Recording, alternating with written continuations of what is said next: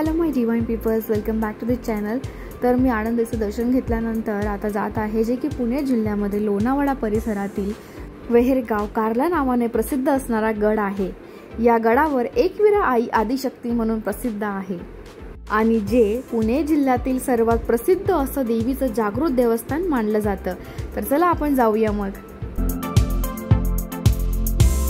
तरीच इकडे मी पोचला आहोत आणि खूप जबरदस्त छान आल्हाददायक वातावरण आहे तिथं आणि खूप झाडे झुडपं आहेत, तर त्याच्यामुळे तुम्हाला खूप सुंदर छान वाटतं।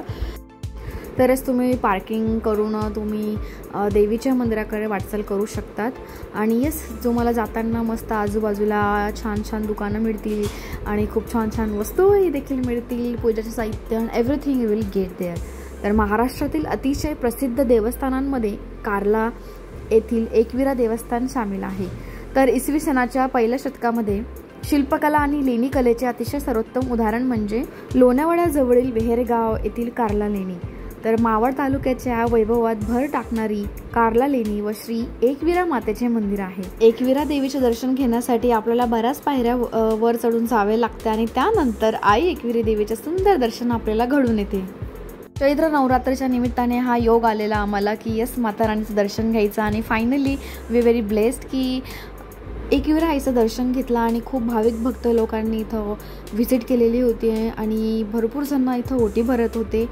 तर चैत्र नवरात्रच्या निमित्तानं आम्हाला तिकडे जायला मिळालं, सो वी आर ब्लेस्ड।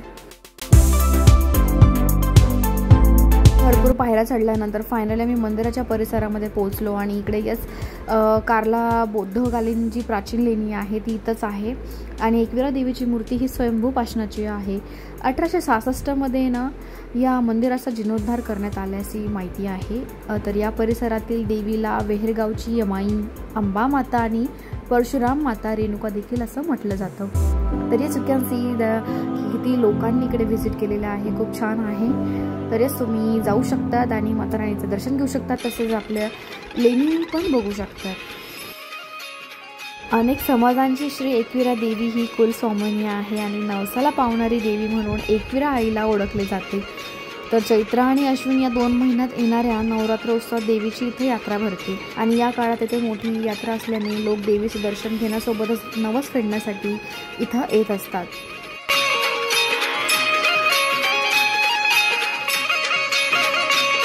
तर इकडनं तुम्ही आतमध्ये जातात तेव्हा तुम्हाला माता राणीचं दर्शन हे लगेच घडतं। हे देवीचं अतिशय जागृत स्थान मानलं जातं आणि एकविरा आई ही एक आदिशक्ती असून एक जागृत देवस्थान म्हणून तिची ख्याती आहे। तर एकविरा आई आणि जोगेश्वरी अशा 2 मूर्ती या मंदिरात आपल्याला बघायला मिळतात आणि या दोन्ही देवींमध्ये नणंद आणि भाऊजाई असे नातं आहे। जोगेश्वरी देवी ही कालभैरवांची पत्नी आहे, म्हणजेच कालभैरवनाथ हे एकविरा आईचे भाऊ आहेत।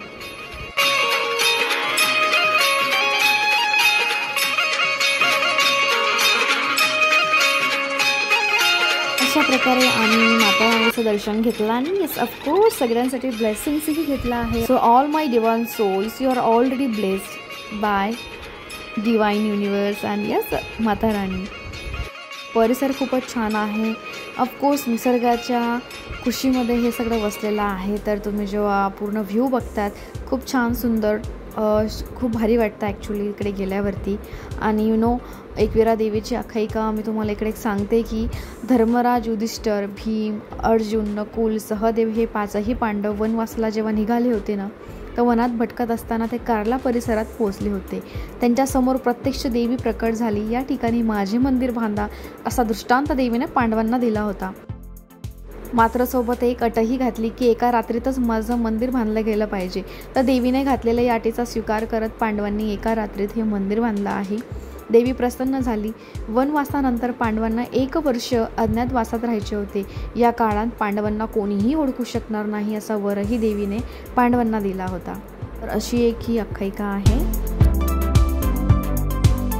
आणि हो, आतमध्ये लेणी जर बघायला जायचं असेल तर per person 25 rupees they are taking charge. तर तुम्ही तिकीट काढून जाऊ शकता आतमध्ये। खूप चालून दमल्यानंतर ऑफकोर्स ऊनही खूप होतं, त्यामुळे मस्त मी घेतला आहे इथं ऊसाचा रस। चला तर मग घेऊया आपण सगळे सोबत। Just see the small kitten, किती क्यूट आहे ना. तर मला हे छोटे छोटे वस्तू बघायला खूप आवडलं, त्याच्यामुळे मी तिकडे थांबली. आणि yes, I take a short clips here, त्याची मी ॲड केली आहे. तर मला खूपच आवडलं आहे because I love this small things. आणि जेव्हा तुम्ही खाली चालत जातात तर यस तुम्हाला रस्त्यामध्ये हे एक मंदिर लागेल, जे की आहे श्री आयेकवीरा पाचपायरी मंदिर. तर येस इथं हे मंदिर आहे आणि इथं पण देवीची मूर्तीची स्थापना केली गेलेली आहे. पादुका आहेत, इथं येऊन तुम्ही आरामात दर्शन करू शकतात. अशा प्रकारे मी आईचं दर्शन घेतलं, गडावर गेली आणि या चैत्र नवरात्र उत्सवाच्या निमित्तानं माझं दर्शन झालं. त्याच्यामुळे मी खूप हॅपी आहे आणि खूप ब्लेस फील करत आहे. चला, एकवीरा माता की जय. दर्शन झाल्यानंतर येस पार्किंगच्या एरियाकडे आलो. One then there I did the photoshoot and yes तुम्ही इकडे नक्की व्हिजिट करा ह्या प्लेसला. माता राणीचं दर्शनही तुम्ही घ्या, खूप छान वाटेल. मग आम्ही सोसायटीमध्ये आलो. सोसायटीमध्ये आल्यानंतर मग थोडं जेवायला गेलो आहोत, कारण की घरी जायचं आहे ना आता. तर मग येस माझा फेवरेट चीज केक खाल्ला, डेली चीज बस पिझ्झा. अशा रीतीने माझा फेवरेट डे हा सक्सेसफुल झालेला आहे. आणि आता मी घराच्या दिशेला चालली आहे. सो भेटूया आपण नेक्स्ट व्लॉगमध्ये. आणि मग असं थोडं आम्ही लंच केल्यानंतर आम्ही सगळे आता जात आहोत त्यांच्या गावाच्या दिशेला. Then bye, have a nice life and take care. Lots love you.